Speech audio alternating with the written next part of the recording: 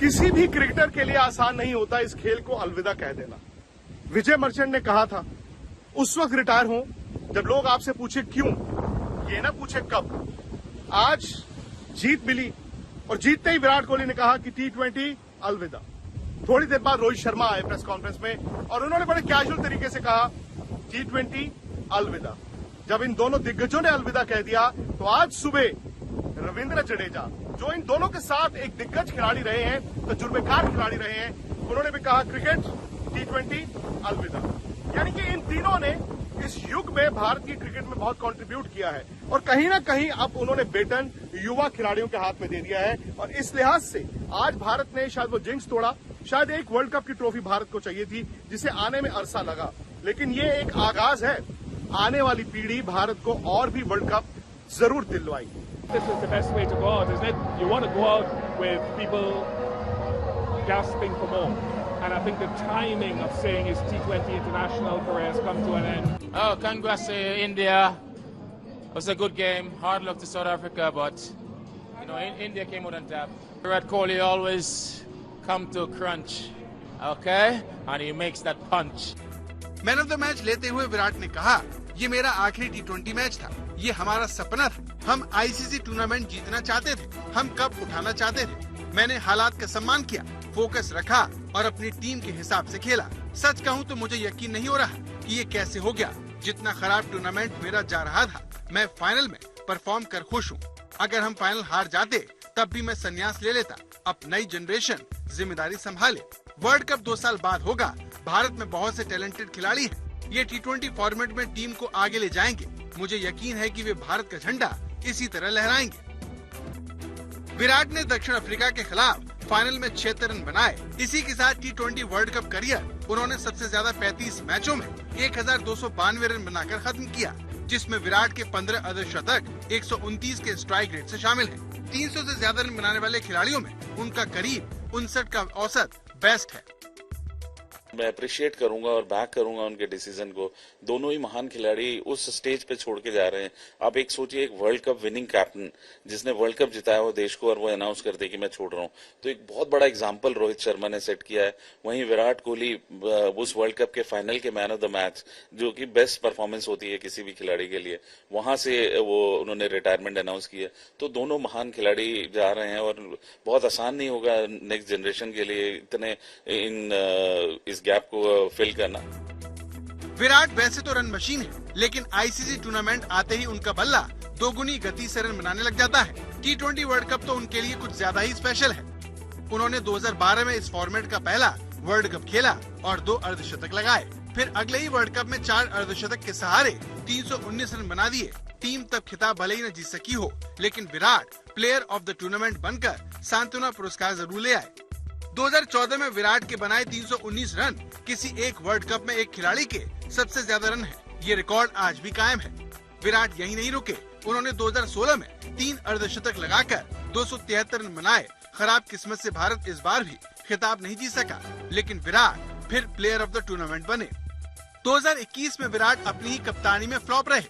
2022 में उन्होंने फिर कमबैक किया और 450 लगाकर 296 रन बना दिए। हालांकि भारत इस बार भी खिताब से दूर रहा, लेकिन विराट टॉप स्कोरर रहे।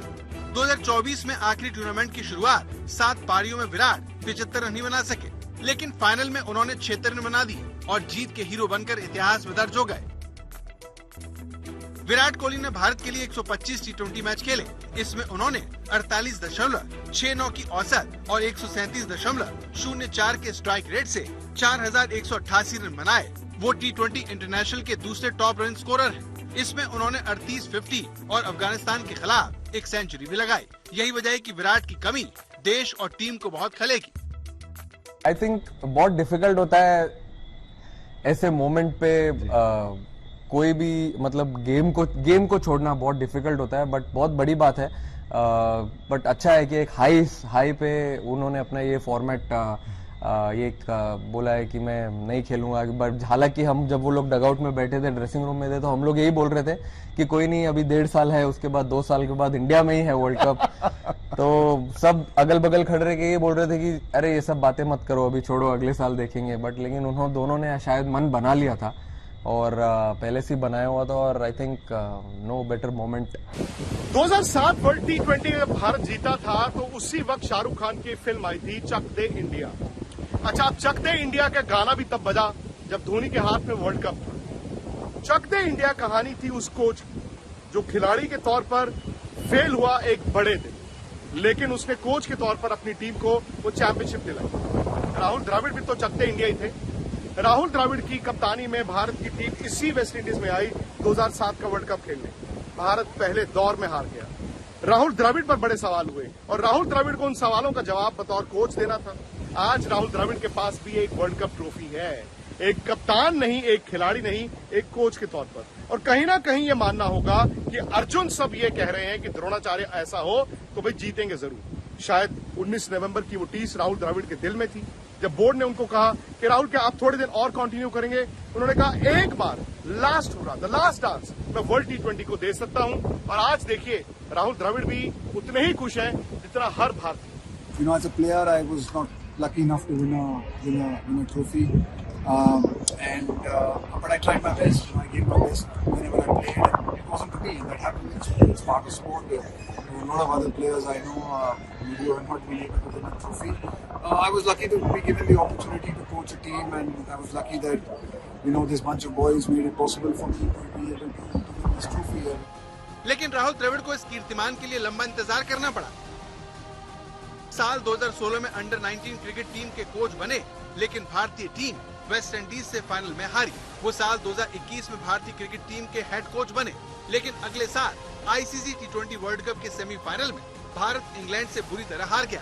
साल 2023 में भारत ICC वर्ल्ड कप के फाइनल में पहुंचा, लेकिन ऑस्ट्रेलिया ने उसे रौंद दिया। वहीं इस बार भारत ने इतिहास रच दिया।